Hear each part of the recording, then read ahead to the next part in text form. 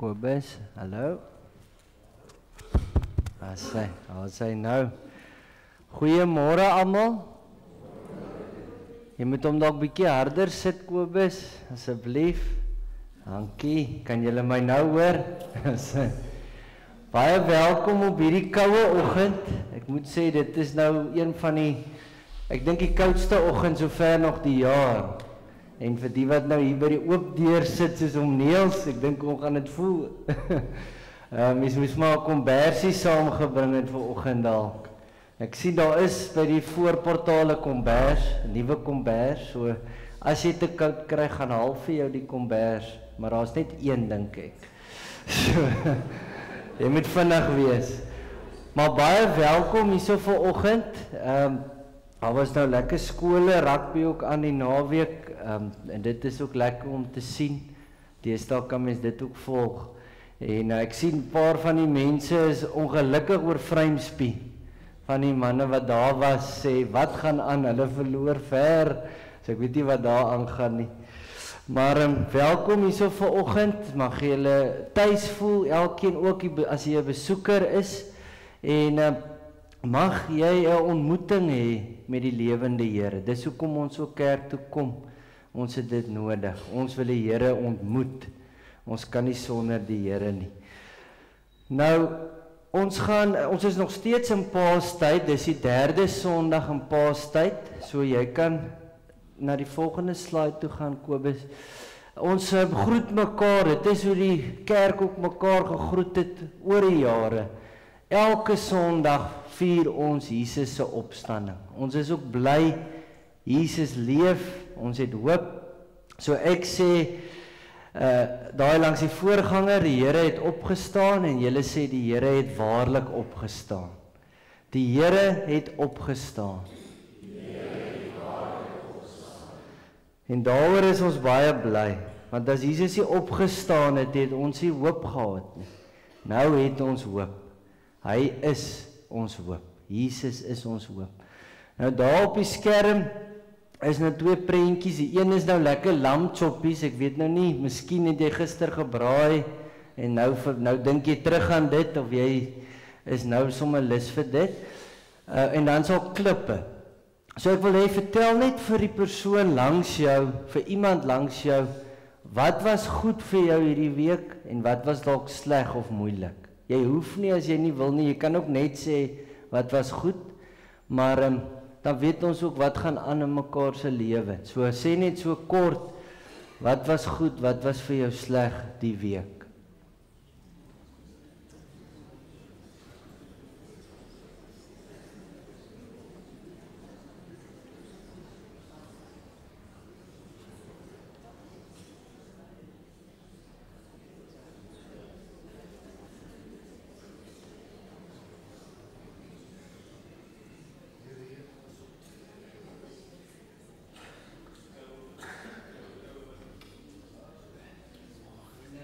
Nog nie die mense om jou gegroet het nie, wil ek vra, groet asseblief die om jou. Ons is broers en susters in Christus.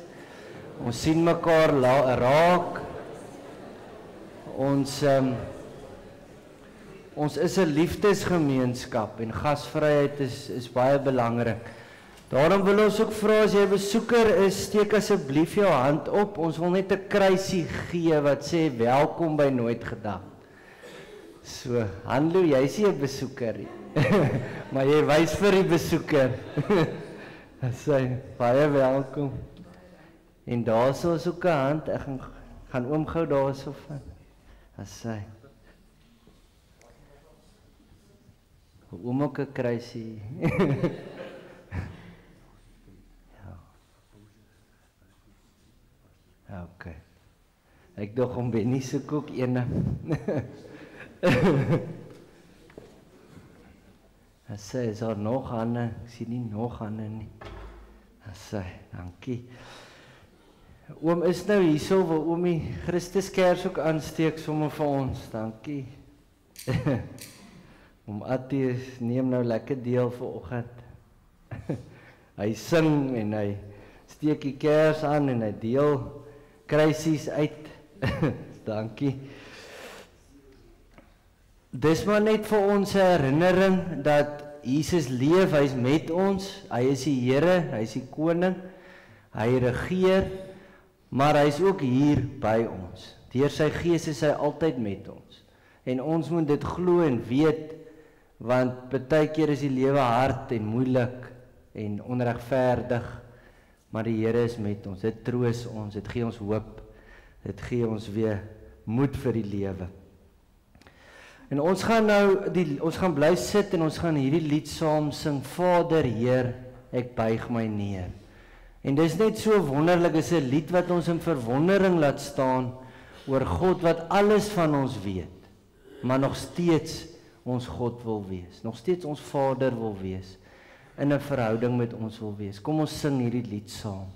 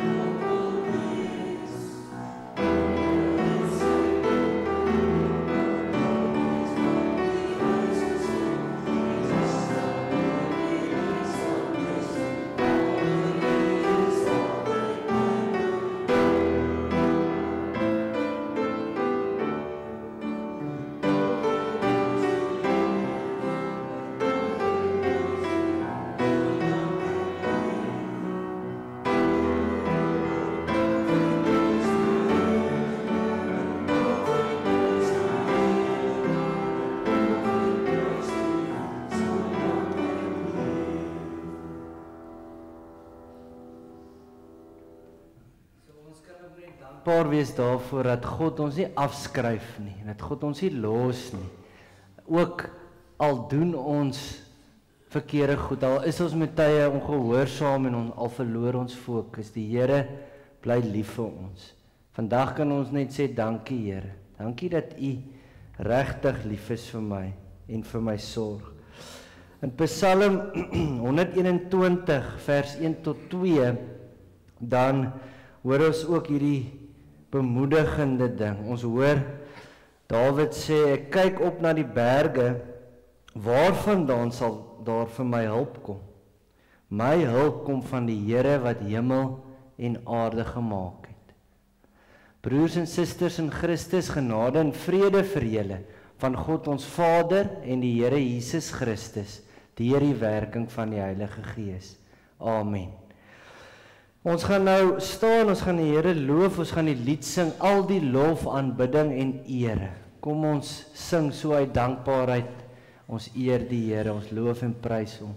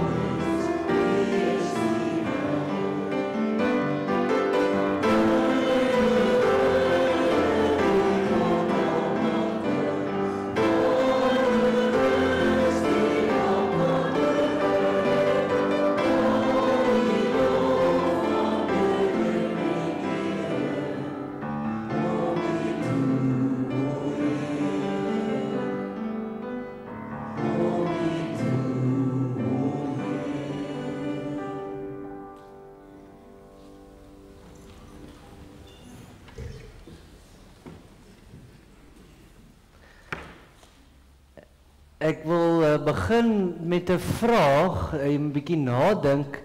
Het iets al met jou gebeur wat jou hele lewe verander het? Iets wat lewensveranderend was.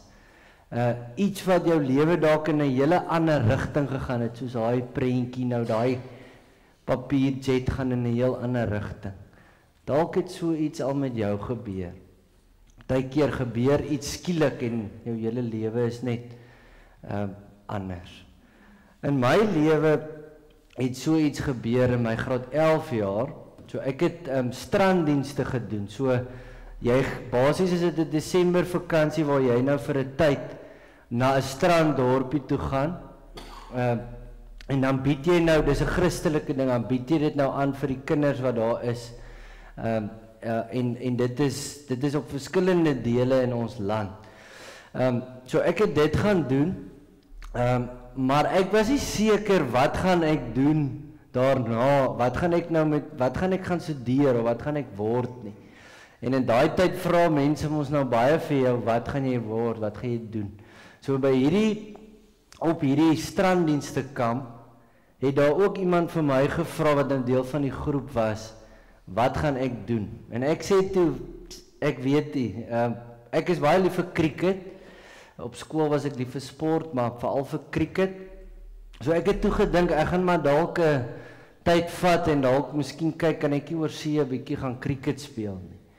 En hy sê toe, okay, maar kom ons bid vir jou. Ek gaan die groep vra, ons bid dat die Here vir jou wys en lei, wat moet jy doen? So toe het nou 'n paar dae aangegaan, maar toe gebeur iets wat nou nog nooit voorheen met my gebeur het. Ek was in die badkamer alleen en ek voel net daarso die Here praat met my, die Here kom ontmoet my daar en hy sê vir my, ek moet 'n dominee word. Nou, dis iets wat ek nooit voorheen gedink het ek sou doen nie. Ek het nooit gedink dit is nou wat ek gaan word nie. Maar ek het daar vrede ervaar wat ek nog nooit van tevore ervaar het nie. Dit was nie vrede soos in, daar is niks slegs wat gebeur nie, het gaan dalk net goed. Dis nie daai vrede, dis 'n oorweldigende vrede. Die vrede van God. Die vrede wat eintlik jou hele verstand te bowe gaan. 'n Vrede wat so al voel, jy's veilig in God se hande, niks kan gebeur met jou. Niks slegs gaan gebeur nie. Daai tipe vrede. So, van daar af het ek net geweet, dit is wat ek moet doen. Ek het toe ek het dit nou gedeel met hulle almal daarso, en na die kamp het ek vir my ouers ook net gesê, dit is wat ek gaan doen. So ek dink dit was vir hulle nogals 'n skok, want hulle het ook nie gedink, dis wat ek sou gaan doen het noodwendig nie. Maar ek het geweet, ek het die oortuiging gehad, dis wat ek moes doen. So die Here het my so geroep. Maar toe kom ek na universiteit, ek was daar op Stellenbosch, en ek was nog steeds lief vir cricket. Wat ook gebeur het by hierdie kamp, ek moet net dit sê, is, daar het 'n groep gekom, hulle was 'n orkes wat nou rondgegaan het by die stranddienste dorpies, en van hulle was teologie studente van Stellenbosch. So ek praat toe met hulle en sê, daar het ek nou nog bietjie gesit met dit, so ek was nie heeltemal seker nie. Ek het gehoor ek moet dit gaan doen, maar ek het nog steeds gevoel ek hou van cricket. So ek sê toe vir hulle, en een ou daar sê vir my, moenie universiteit toe gaan om te gaan cricket speel nie. Gaan studeer iets, of gaan studeer teologie, maar jy kan altyd dalk nog cricket speel ook. So dit was ook, juis in daai tyd, dit was nou 'n verdere gesprek, maar daarna was ek seker, ek gaan 'n dominee word, dis wat ek moet gaan doen. So ek deel dit met my ouers, kom op universiteit, ek skryf in, dit is wat ek gaan doen. Maar toe, die cricket was nog steeds iets waaroor ek passievol was. So ek gaan toe maties toe, ek wil nou gaan cricket speel daar, en ons kry die datum van ons eerste wedstryd. Dit was nou oor 'n naweek. Maar ek hoor toe ook, dat daar's 'n kamp waarop ek moet gaan, as 'n teologie student. Want dis nou, jy het die akademiese baan, maar daar's ook 'n kerklike baan. So jy moet ook sekere goed doen aan daai kant. En ek sê toe vir hulle, maar ek het 'n cricketwedstryd daai naweek aan. En hulle sê vir my, maar ek moet daai kamp bywoon, dit is nie opsioneel nie. So daar moes ek 'n keuse maak. Ek hoor God roep my. Ek is self passievol oor cricket, maar nou moet ek 'n keuse maak. En toe kies ek, okay, ek gaan op die kamp. So die cricket het toe nou al hoe minder 'n rol begin speel. Ek het toe later nie meer cricket gespeel nie. Maar dit was net iets wat my hele lewe se rigting verander het. Die Here wat my kom roep het.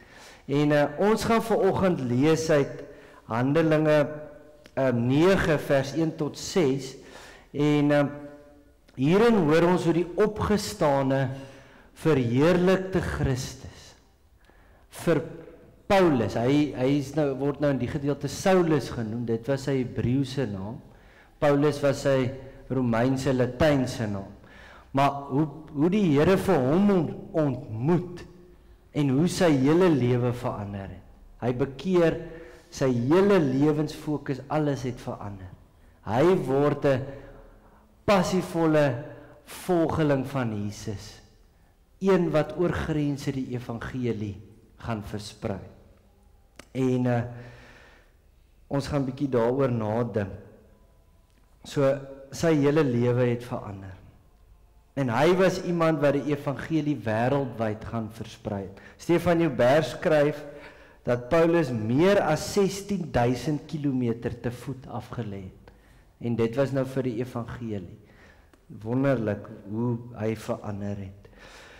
So in die boek Handelinge hoor mens die verhaal van hoe die verheerlikte Christus deur sy gees en deur die kerk, deur mense, die evangelie oor grense versprei. En mens hoor hoe die kerk groei en hoe hierdie evangelie versprei. Nou vanoggend se gedeelte kom uit die tweede deel van Handelinge.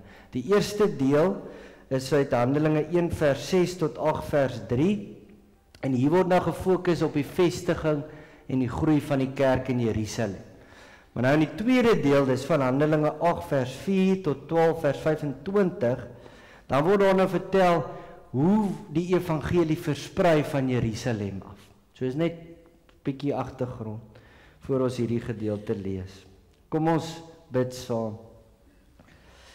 Here, ons is vandag weer hier saam en ek weet soms is dit gebeur dat 'n mens bid dat iemand sal verander wat dalk op die verkeerde pad is, dalk 'n familielid of dalk jou kind of net iemand na jou of iemand van wie jy weet.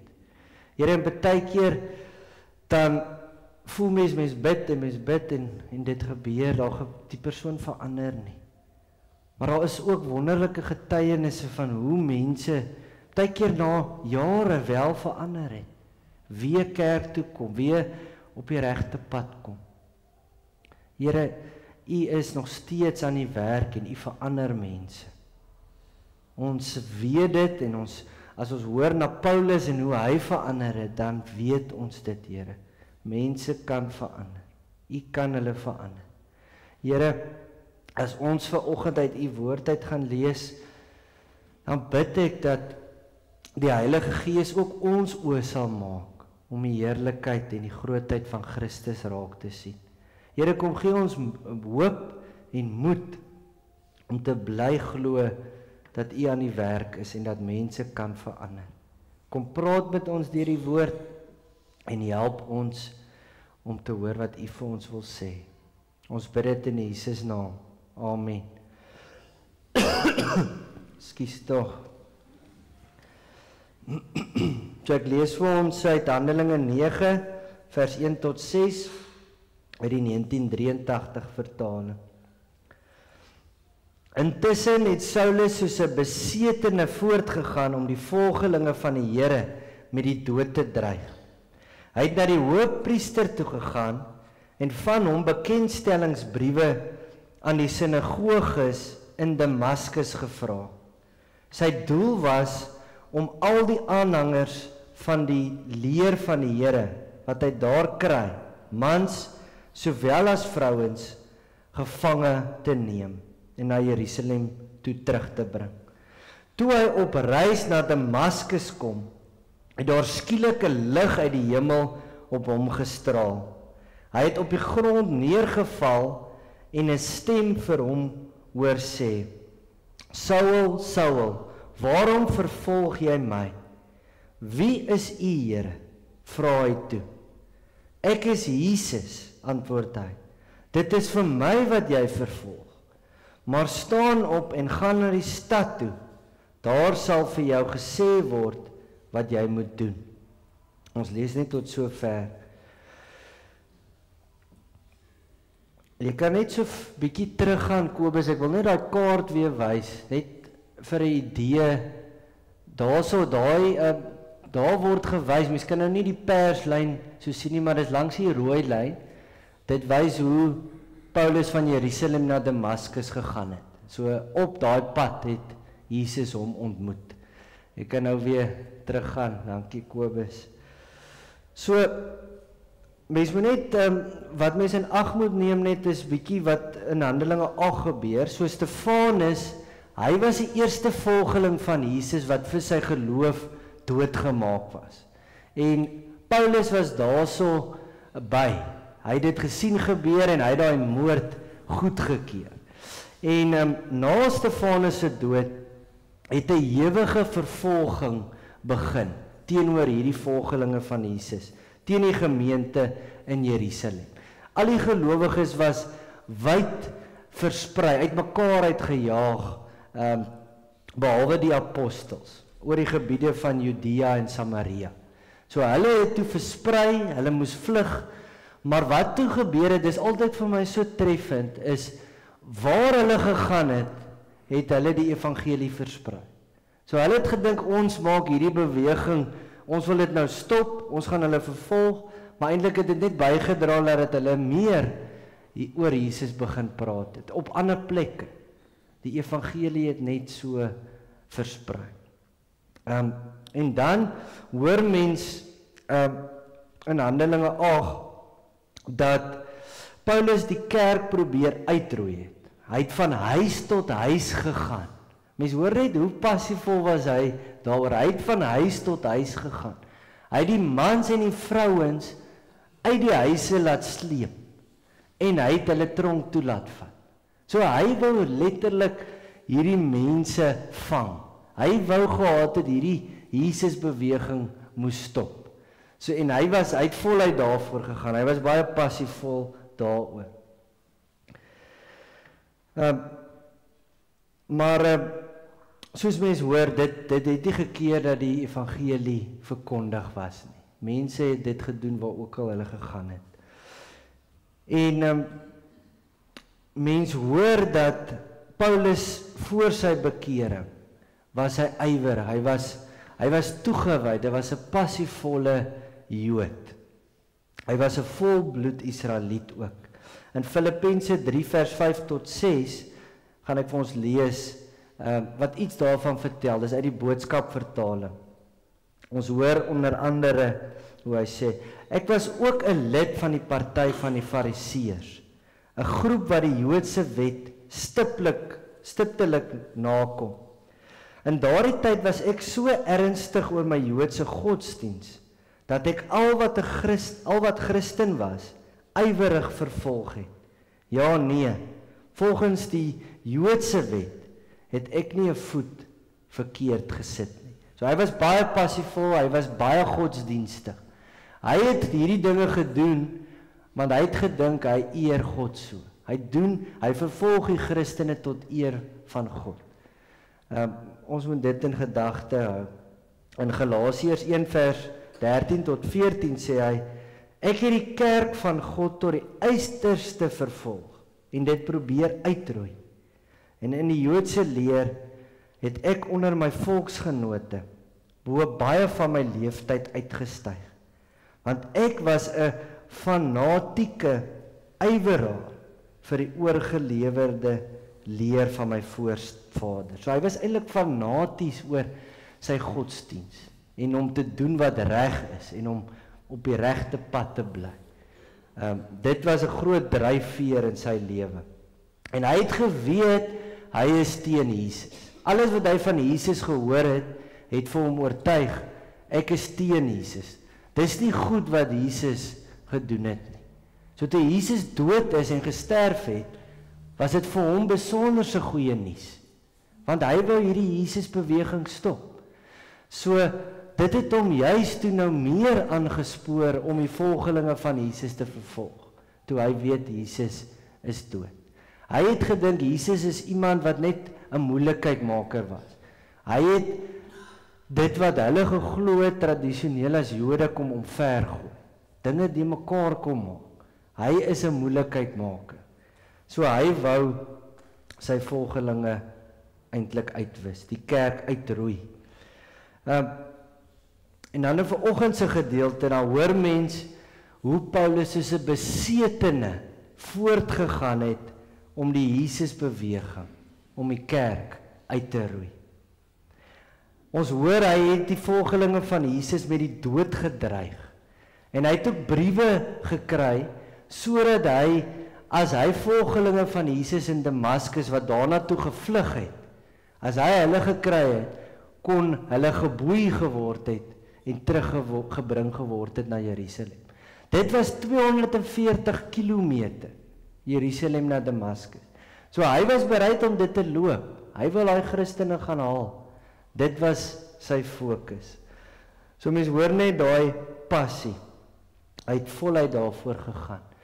Maar toe gebeur iets. Op pad na Damaskus, toe hy naby Damaskus gekom het die verheerlikte Jesus hom in sy spore gestop.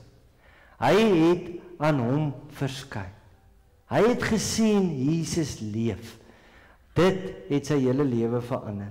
Daar het skielike lig uit die hemel op hom gestraal. Hy het op die grond neergeval. Dit het hom heeltemal oorweldig. Daai oomblik, hy moes op die grond neerval. Daai lig was so helder, hy kon nie anders nie.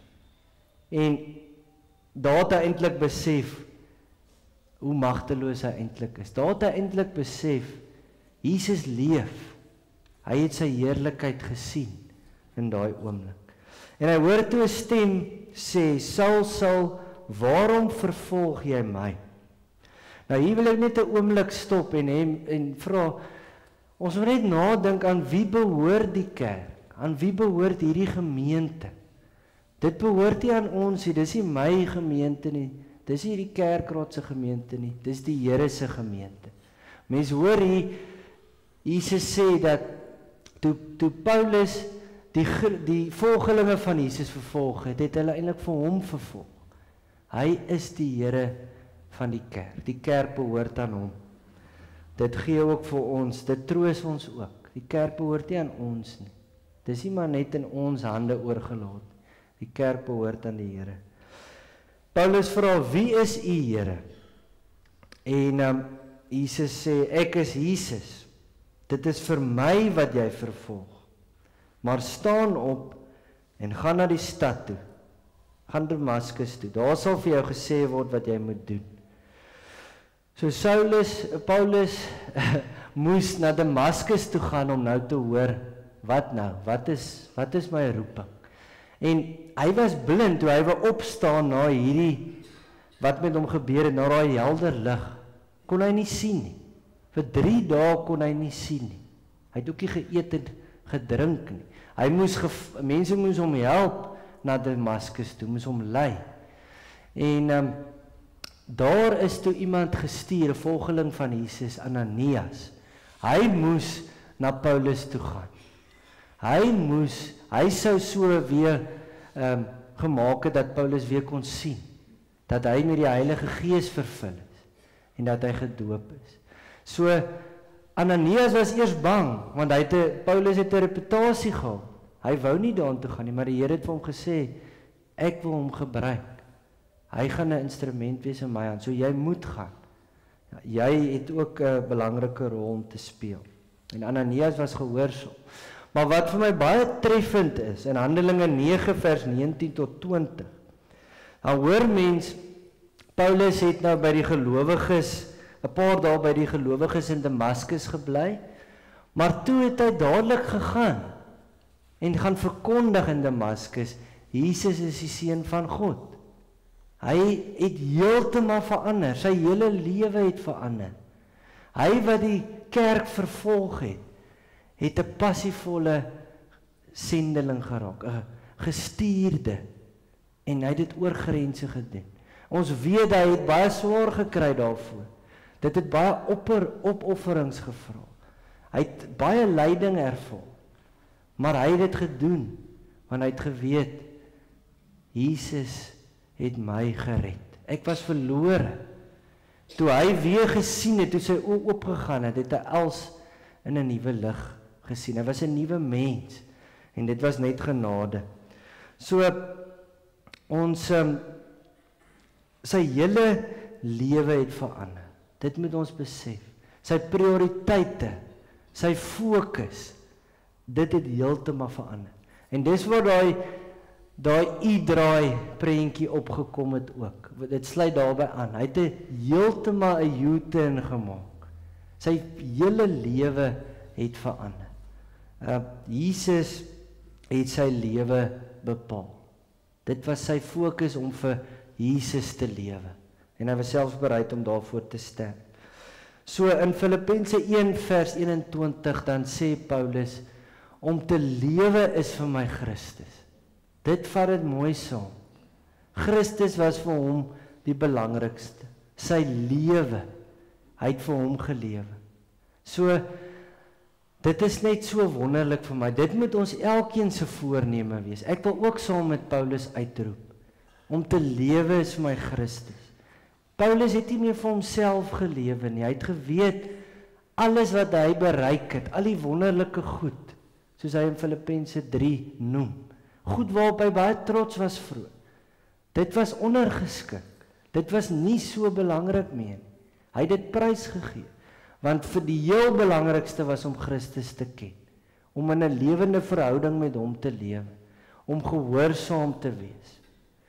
So, hy het voluit daarvoor gegaan. So, ons moet ook ons lewe aan Christus wy. Ons gaan op verskillende plekke, maar waar ons gaan, moet ons leef tot eer en verheerliking van die Here. Of jy nou by jou werk is en of jy by die skool is, jy leef vir Jesus. Jy vertel vir ander van Jesus. Jy gaan hê lief, selfs die wat niks van jou hou nie, want jy is 'n nuwe mens, jy glo. Jy is gered uit genade. So, vir Paulus was dit die liefde van Christus wat hom gedring het. Dit het hom laat in beweging kom, om te gaan vertel van Jesus. Maak nie saak wat gebeur het nie. Die liefde het hom geïnspireer.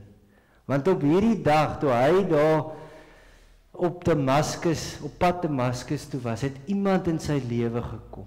Christus. Die liefde van Christus het hom getref. En hy was glad nie, hy het nie gesoek. Dit was nie iets soos, hy besluit hy wil verander nie. Dis die Here wat dit besluit het. Ek wil hom gebruik. En dit was vir Paulus 'n wonderlike voorreg om dit te kan doen. In Romeine 1 hoor ons hoe hy sê, dit vir hom 'n geweldige voorreg was, om tot eer van Christus se naam, mense tot geloof, en so tot gehoorsaamheid te roep. Dit was vir hom 'n geweldige voorreg, dat die Here hom as 'n instrument wil gebruik. Hy wat so verskriklike goed gedoen het, teen die kerk en die Here. Die Here wil hom gebruik. Hy kan nou mense uitnooi om in Jesus te glo. Hy kan vir mense gaan sê, Jesus leef werklik. Hierdie ontmoeting het vir Paulus oortuig, Jesus leef werklik. Dit was nie maar net gerugte nie. En dit is wat vir ons ook oortuig. Jesus leef, dit oortuig ons, ons kan nie meer vir onsself lewe nie. Hy is ons Here. Ons moet vir hom lewe. Ons kan nie sê, Jesus is ons Here en ons leef dan maar net vir onsself nie. Dit werk nie so nie. Dan moet ons sy disipel wees. So, ons het hoop, maar met hierdie hoop moet ons in die wêreld ingaan, as gestuurdes. En ons moet gaan leef as Christene. Met woord en daad moet ons getuies wees. Ek wil ook net, ek het dit gelees, daar word vertel van Dorothy Solle. Hy was 'n bekende Duitse teoloog. En 'n joernalis het eendag vir hom gevra, glo u dat mense werklik kan verander? Nou dit is nie mense wat so half mense wat nou kerk toe kom, maar wat dalk nou net nie so toegewyd is, of mense wat nou maar net lou is nie. Die joernalis het nou eintlik in gedagte gehad, mense wat heeltemal op die verkeerde pad is, wat heeltemal verlore is, wat sondaars is, wat boos is. En hy sê toe die volgende, ja, mense kan verander. As ons hieraan twyfel ons aan die krag van God, wat Christus uit die graf opgewek het. So mense kan verander. Ons moet nie dink, daai persoon moet ek afskryf, hulle kan nie meer verander nie, dis te laat nie. Die Here verander mense. Daar het ons 'n tyd terug ook Daniël se getuienis gehoor, hoe hy sê, hy was op die verkeerde pad, hy was verlore, maar die Here het hom ontmoet. En hy het besef, dis net genade, ek het 'n tweede kans. So, dit gebeur vandag nog. Kom ons wees nie net godsdienstig nie. Ons kan baie godsdienstig doen, ons kan uiterlik allerhande goed doen en mense beïndruk. Maar op die ou einde gaan dit oor ons moet Jesus volg. Ons moet sy disipel wees. Hy moet ons lewe wees. So, kom ons gaan leef so. Kom ons bid saam. Here, dit is wonderlik om te lees hoe iemand soos Paulus radikaal verander het. Hoe u hom ontmoet het en hy kon nie anders as om vir u te lewe nie. Hy het gesien Jesus leef. Here, ons bid ook dat u ons sal ontmoet. Dat u ons sal verander, want dit is 'n lewenslange proses dat ons verander moet word om meer soos Jesus te word. Die Heilige Gees verander ons. Ons is onder permanente konstruksie van die Heilige Gees. So ons wil vandag ook bid, die gebed wat sê, Here, verander die wêreld, maar begin by my. Ons kan maklik altyd vinger verwys na ander, maar ons moet ook verander. Ons moet ook bly groei. Ons moet ook sekere goed soos vuil klere uittrek, die regte klere aantrek. Dis 'n voortdurende ding, ons heiligmaking. Here, maar help ons ook om te glo, mense wat heeltemal verlore is, of wat op die verkeerde pad is, kan verander. Help ons om nie moed te verloor met hulle nie, Here. Dat ons sal aanhou bid. Ek het weer onlangs gehoor van 'n lidmaat wat my vertel het. Sy het vir haar seun gebid en hy het verander. Hy het weer kerk toe gekom na jare. Here, dit gebeur en ons dank en ons loof u daarvoor. Dankie ook dat ons kan weet, hierdie gemeente behoort aan u. Here, u het 'n groot struikelblok uit die kerk se pad gevat, deur Paulus te verander. Here, u sorg vir ons, u help ons. En daar is soms ook groot uitdagings. En 'n mens kan daaraan vaskyk. Moed verloor, hoop verloor. Maar as ons na u kyk, dan het ons hoop. Dan weet ons, u hou die kerk in stand. Here, dankie daarvoor. Maar dankie ook dat u ons wil gebruik. U roep elkeen van ons. En dis die Heilige Gees wat ons help om te hoor wat u vir ons wil sê. Wat u roeping vir ons is. Here, u het ons verskillend gemaak en u gebruik ons ook verskillend in hierdie wêreld. Ons soek na vervulling en betekenis. Ons kry dit by u. As ons gehoorsaam lewe soos u sê. Ek bid dit alles in Jesus naam. Amen. Daar's nou geleentheid vir die gee van die dankoffers en dan gaan 'n paar afkondigings gedeel word.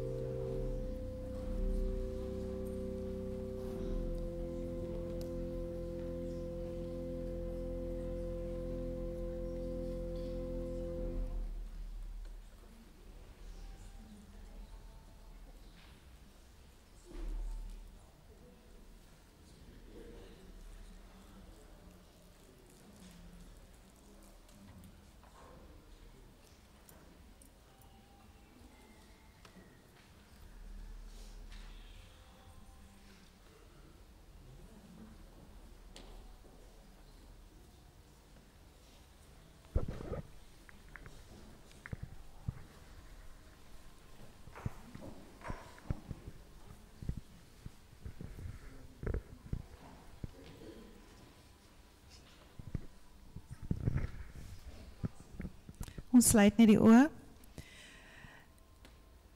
Liewe Here, ons sê vanoggend vir U dankie vir dit wat U vir ons gedoen het.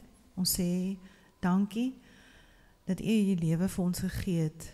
En Liewe Here, die fondse wat ons vandag ingesamel het, wil U dit asseblief gebruik in hierdie gemeente en ook daar buite in ons gemeenskap. Amen.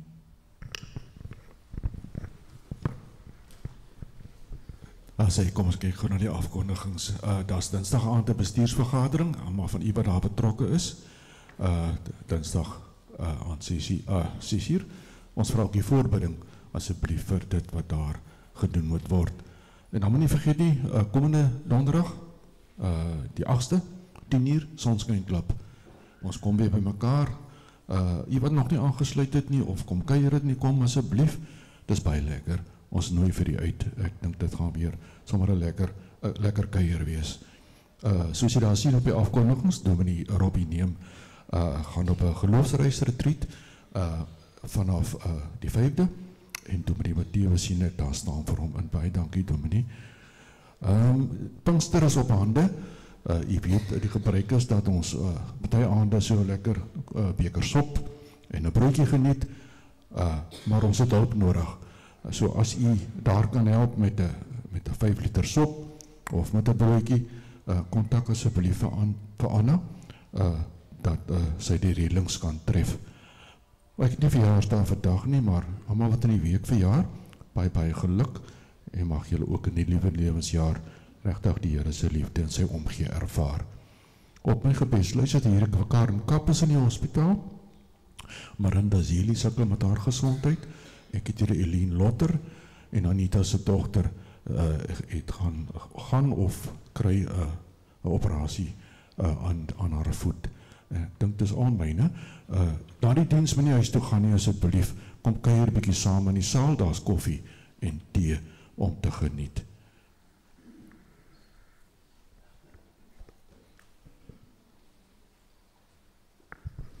Goeiemôre almal. Ons kry ook goeie nuus. Daar is nie net altyd slegte nuus nie. Dit is net op die TV wat jy dit sien op die nuus. Die pastorie, soos ek vir julle gesê het, dit is verkoop, maar die geld is Vrydag inbetaal. Maar ongelukkig gaan julle net nie 'n lening teen dit kom maak hier, hoor. Maar in elk geval, ons loof en prys die Here. Weet julle, ek het vir julle genoem, daar was 5 keer ingebreek. Nie 1 keer is hulle in die huis in nie. Maar hulle die pype gesteel. Toe is dit R11.000 se skade. Genadiglik het ons versekering. Maar toe Kobus se seun Skalkie het gekom. Hy skryf vir ons af die bybetaling en hy sê betaal my net dit wat oor is. Toe ons daar kom om te herstel, toe is die ander pype gesteel. Toe sê hy, oom, julle skuld my niks. Kyk hoe voorsien die Here ook in moeilike tyd. Ek kan nou nie in detail ingaan nie. Verder het ons geweldig probleme toe gehad by die alarmstelsel ook. Ek het sekeurs, wat is hulle? Extreme geskakel vir Rudy, gesê, Rudy, ek soek jou raad. Hy het gekom my raad gegee. Deur dit het hy die kerk R2.500 gespaar. Weer voorsien, hè? Maar in elk geval, ons wil die verseker, die geld is inbetaal. Ons het baie geld verloor aan huur van Desember tot nou toe. Maar ons het dit gaan die kerkraad gaan nou dit. Ons gaan bespreek hoe dit belê word. Die geld gaan nie maar sommer net daar in 'n chequerekening lê nie.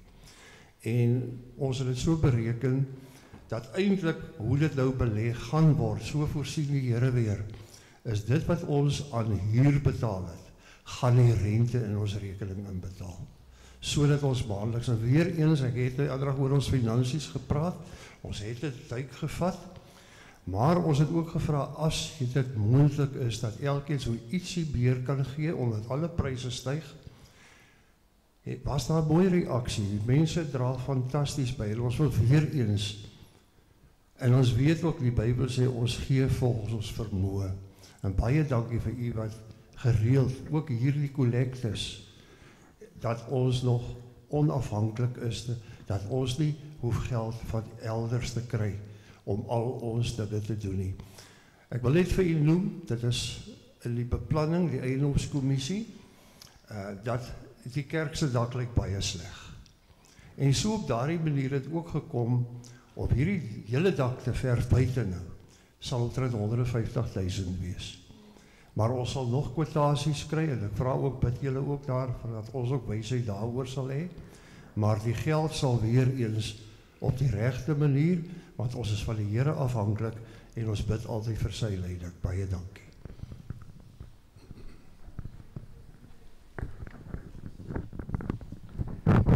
Ja, ons sê net dankie vir almal se bydraes.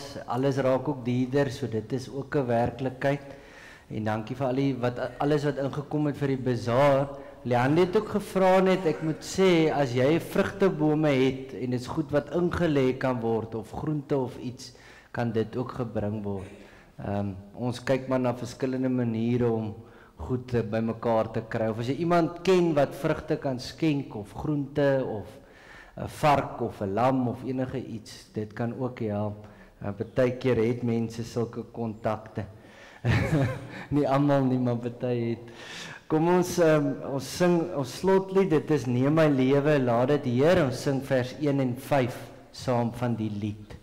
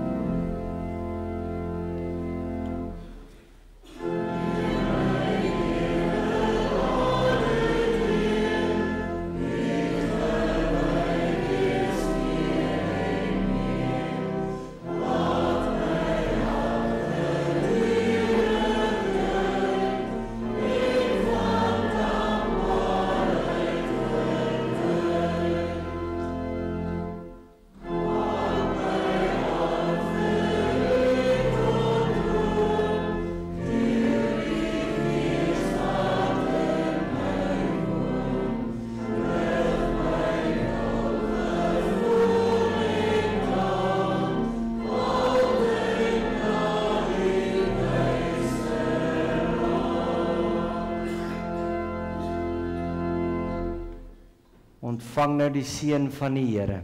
Geliefdes, gaan nou die wêreld in met die woorde van die Here Jesus Christus. Vrede vir julle. Soos die Vader my gestuur het, stuur ek julle ook. Amen. Dan sing ons gaan dan heen.